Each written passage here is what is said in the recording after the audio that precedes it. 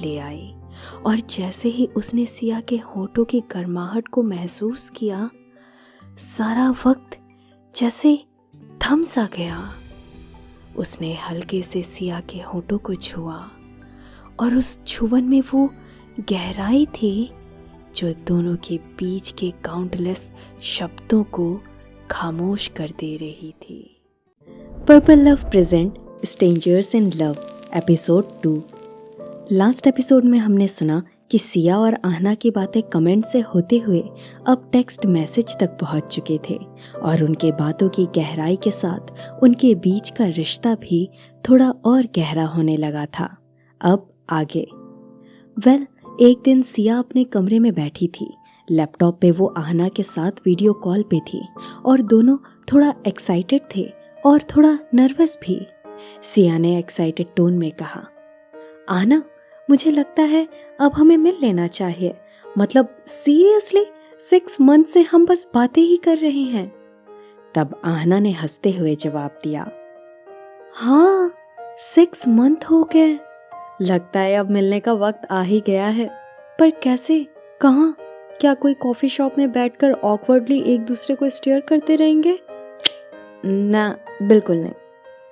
तब सिया ने खुश होते हुए जवाब दिया, अरे बिल्कुल नहीं।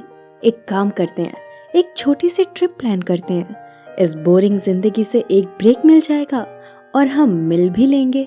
तो बताओ, चलोगी पहाड़ों में? थोड़ा एडवेंचर, थोड़ा रिलैक्सेशन, कुछ अलग। तब आहना ने एक्साइटमेंट से कहा, ट्रिप? ये आइडिया थोड़ा नया है। वैसे किन पहाड़ों पर चलेंगे हम? तब सिया ने उसे जवाब दिया, Manali, snowfall, peaceful vibes, perfect होगा। तुम बेंगलोर से फ्लाइट ले लेना, मैं दिल्ली से तुम्हें पिक कर लूंगी। तब आहना ने भी खुश होते हुए कहा, साउंड्स परफेक्ट। तुम्हारा प्लान तो बड़ा ही ऑसम है। सिया ने उसे एक बड़ी सी स्माइल देते हुए कहा, तो अगले वीकेंड रेडी हो ना? आहना ने भी अपना सिर हिलाते हुए जवाब दिया, हाँ बिल्कुल, ट्रिप प्लान हो गया है, बस अब पैकिंग शुरू कर रही हूँ। खैर, देखते ही देखते वो दिन भी आ गया जब दोनों पहली बार एक दूसरे से मिलने वाले थे। सिया एयरपोर्ट के एंट्रेंस पर खड़ी थी। थोड़ा नर्वस थी पर एक्साइटमेंट ज्यादा थी। आहना का आने का वक्त आ गया था और वो फाइनली मिलने वाले थे। सिया ने अपनी वॉच देखी और आसपास देखा। तभी आहना की आंखें उस पर पड़ी। सिया ने भी उसे देखा। दोनों की नजरें मिलते ही एक अजीब सा कनेक्शन महसूस हुआ दोनों को। सिया ने आहना को देख के अपना हाथ हिलाया और जल्दी से उसके पास गई। उसे देख आहना ने थोड़ी सी सरप्राइज लेकिन बड़ी सी स्माइल के साथ कहा, सिया, ये तुम ही हो? My God. सिया ने भी आगे कहा, हाँ ये मैं ही हूँ। यार, लग ही नहीं रहा कि हम पहली बार मिल रहे हैं। दोनों के चेहरे पर एक बड़ी सी मुस्कान थी जो अपने आप ही आ गई थी और किसी को ये भी नहीं लग रहा था कि ये उनकी पहली मुलाकात है। उन्होंने एक दूसरे को इस तरह से कंफर्टेबल किया जैसे वो एक दूसरे को लंबे टाइम से जानते हों। लेकिन इसके अलावा दोनों के अंदर कुछ और भी था जो वो अभी तक समझ नहीं पाए थे। उनके दिल में जो एक अपनापन था वो सिर्फ दोस्ती तक सीमित नहीं था। उन्होंने ये सोचा कि ये सिर्फ दोस्ती है, लेकिन जैसे जैसे वो एक दूसरे के साथ वक्त बिता रहे थे उन्हें महसूस हो रहा था कि उनके बीच कुछ और भी था जो उन्हें समझना था। उनका दिल जो बस दोस्ती की सोच से बंधा हुआ था अब कुछ और सोचने लगा था। ये सब कुछ बहुत सटल था जिससे वो खुद भी इसे समझ नहीं पा रहे थे। खैर, दोनों लोग फिर वहां से मनाली के लिए निकल गए। दोनों मनाली के एक फार्म हाउस में पहुंच चुके थे। रात का वक्त था और बाहर बर्फ गिर रही थी। स्नोफ्लेक्स धीरे धीरे जमीन पर गिरते जा रहे थे और सब कुछ थोड़ा सा शांत और खूबसूरत लग रहा था। सिया ने हल्की मुस्कान के साथ कहा, देखो बर्फ गिर रही है, कितना सुकून है ना यहाँ। आहना ने भी उसकी बात पर जवाब दिया, हाँ, लगता है जैसे सब कुछ रुक गया हो, बस यही पल है और कुछ नहीं। दोनों फार्म हाउस के बड़े से विंडो के पास खड़े थे। बर्फ के टुकड़े हवा में उड़ रहे थे और दोनों को उनमें कुछ अलग सी फीलिंग हो रही थी। आहना अपनी दोस्त को देख रही थी, लेकिन इस वक्त वो सिर्फ दोस्त तक सीमित नहीं रह पा रही थी। कुछ और था जो उसके दिल में चल रहा था। वो मन ही मन सोचती है, ये सब क्या हो रहा है? मैं क्या महसूस कर रही हूँ? सिया के साथ रहना, उसका साथ होना, सब कुछ इतना अच्छा लग रहा है। क्या मुझे अपनी जिंदगी को दूसरा मौका देना चाहिए? लेकिन अगर मैंने अपने दिल की बात उसे बता दी तो कहीं सब कुछ खत्म ना हो जाए। नहीं, मुझे अपनी फीलिंग्स को समझाना होगा। वैसे भी पुराने जख्म अभी भरे भी नहीं हैं और इतनी जल्दबाजी सही भी नहीं है, और इतनी मुश्किल से एक अच्छी दोस्त मिली है, मैं उसे खो नहीं सकती। नहीं, मुझे खुद को संभालना ही पड़ेगा। ये सब सोच के आहना अपने जज्बातों को अंदर ही रखने की कोशिश करती है। खैर, उसके बाद दोनों लोग स्नोफॉल देखने के लिए कमरे से बाहर आ जाते हैं। चारों तरफ बर्फ की एक पतली सी चादर चढ़ गई थी, जैसे पूरी दुनिया एक सफेद और खामोश रंग में रंग गई हो। सिया और आहना एक दूसरे के साथ खड़ी थी। दोनों की आंखों में एक अजीब सी चमक थी, जो शायद पहली बार इतनी गहरी महसूस हो रही थी। आहना थोड़ी सी खोई हुई महसूस कर रही थी, क्योंकि वो अपने जज्बात को समझने की कोशिश कर रही थी और सिया का प्रेजेंस उसे कुछ और ही फील करवा रहा था। सिया ने आहना को देखा, जो कहीं खोई हुई थी अपने ही ख्यालों में।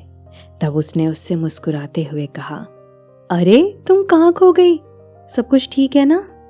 तब आहना ने अपनी आंखों को जमीन पर झुका लिया, जैसे कोई राज छुपाना चाहती हो। सिया ने धीरे से उसका हाथ पकड़ लिया और स्नो में ले जाते हुए कहा, अच्छा बाबा, अभी टेंशन को गोली मारो और बस इस पल को एंजॉय करो। इतना बोल के वो स्नोबॉल बना के आहना के ऊपर फेंकने लगी। तब आहना ने कहा, हाँ, तुमने मुझे मारा, रुको अभी सबक सिखाती हूँ तुम्हें। इतना कह के वो भी उस पर स्नोबॉल फेंकने लगी और बस दोनों के बीच स्नो फाइट शुरू हो गई। दोनों बहुत खुश थे, खुल के जी रहे थे। इससे पहले कभी दोनों इतने खुश नहीं हुए। ये खुशी उनके अंदर से थी। दोनों बच्चे बन गए थे। दोनों के अंदर का बचपना बाहर आ गया था। दोनों साथ में मिलकर खूब झूला झूल रहे थे। दोनों खुश थे, ठंडी ठंडी हवा को महसूस कर रहे थे। वो दोनों उस पल को जी भर के जी लेना चाहते थे। खैर, उसके बाद दोनों ने मिलकर स्नोमैन भी बनाया। दोनों साथ मिलकर बर्फ का गोला इकट्ठा कर रहे थे और फिर उस स्नोमैन को सजाया भी। उसके बाद दोनों बर्फ में लेट गए और स्नो एंजल बनाने लगे। दोनों को कोई फिक्र नहीं थी, कोई टेंशन नहीं थी, कोई दुनियादारी नहीं। बस वो दोनों और ये ठंडी ठंडी हवाएं, साथ में ये गिरती हुई बर्फ। शायद उन्हें अब किसी और की जरूरत भी नहीं थी। दोनों एक दूसरे के साथ इतना खुश थे कि अब सब कुछ पूरा हो गया था। दोनों के अंदर का बचपना, शरारतें सब बाहर आ रहे थे, मानो एक न्यू बॉर्न बेबी हो जो अभी अभी इस दुनिया में कदम रखा हो, जिसके लिए ये दुनिया कितनी हसीन हो। उनके अंदर का वो बच्चा बाहर आ रहा था, जो शायद कहीं अंधेरे में खो गया था। दोनों बच्चे की तरह खिलखिला रहे थे। तभी सिया ने कहा, ओए मेरा डांस देखो। इतना बोल के वो नाचने लगी। उसे नाचता देख आहना पागलों की तरह हंसने लगी और कहा, कितना फनी डांस है तुम्हारा, ऐसे कोई वाला डांस करता है। तब सिया ने थोड़ा इरिटेट होते हुए कहा, अच्छा बच्चू, मेरा डांस फनी है, ठीक है तो तुम ही करके दिखाओ। तब आहना धीरे से उसके पास गई और कहा, ओके तो देखो ऐसे करते हैं डांस। उसने सिया का हाथ थामा और धीरे धीरे उसके साथ डांस करने लगी। आहना की आंखें सिया की आंखों की गहराई में खो गई थी, जैसे सारा जहां गायब हो गया हो और बस वो दोनों ही हो। हर एक पल, हर एक हल्की सी धड़कन सिर्फ और सिर्फ सिया की ओर खींची जा रही थी। आहना की नजरें सिया के अंदर किसी मिस्ट्री को समझने की कोशिश कर रही थी। उसका दिल इतनी तेज धड़क रहा था कि लग रहा था जैसे उसका दिल बस अब सिया की आवाज और उस पल की खामोशी में समा जाएगा। आहना का दिल अब अपने ख्यालों से बाहर नहीं आ पा रहा था। वो सिर्फ उस लम्हे में खोई हुई थी जहां सिर्फ सिया की हल्की मुस्कान और उसके जज्बात थे। उसकी सांसें एक ही रफ्तार से चल रही थीं, जैसे कोई शांति और तूफान एक साथ मिलकर धड़क रहे हों।